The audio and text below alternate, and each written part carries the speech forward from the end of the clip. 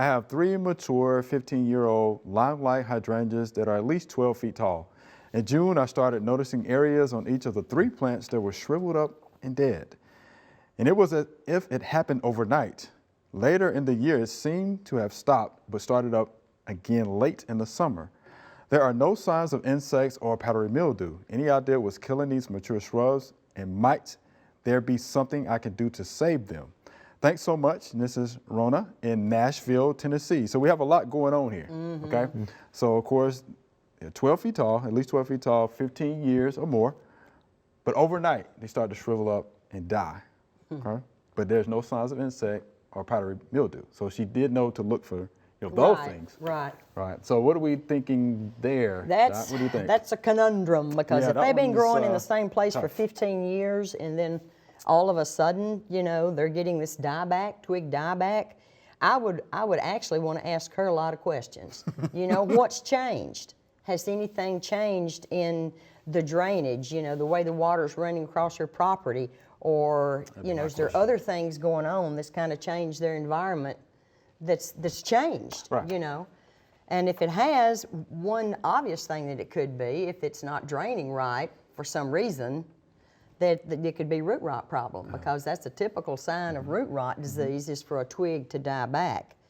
And they are some insects that, some borers that get in a twig and cause it to die, but she said she didn't see any sign. But see, you're not going to see them. You're just going to see the sawdust that comes out of their tiny little holes. So she might have overlooked that. I don't know. I don't know how observant she is on the insect damage, but. Yeah, so I'm definitely thinking drainage, but Tritus blight is something that came to mind, because we had wet, humid weather, and that can cause, some of your blooms to just shrivel up and die. Right. So, but again, that goes, to drainage and things like that. Yeah. So that's what came to mind. Kind of wet year too. We did. And of course, I removed those, stems that are, dead or dying or diseased. It's always a good idea, especially if she suspects it might be some kind of borer. Sure. Be sure and cut those out and destroy them. Sure. Anything come to mind, Mr. Day? One thing I thought about is maybe herbicide drift, but I think that wouldn't show up as just one limb. That would show up over the entire plant. I thought about, you're talking about root damage, root borer, but other kind of root damage. Did you put any drainage lines in? Did you do anything that, those roots go out further than the plant is high, or and if you've done any dirt work, did you put in a swimming pool? Did you dig any?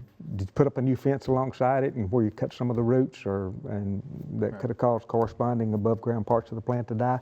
Anything that changes that growing environment, and obviously something has changed. Because if they're 12 feet tall and they've been growing 15 years, and then now she's just noticing dieback, something's changed. We hope you loved the video. We would love for you to ask more questions. Be sure to leave those questions in your comments.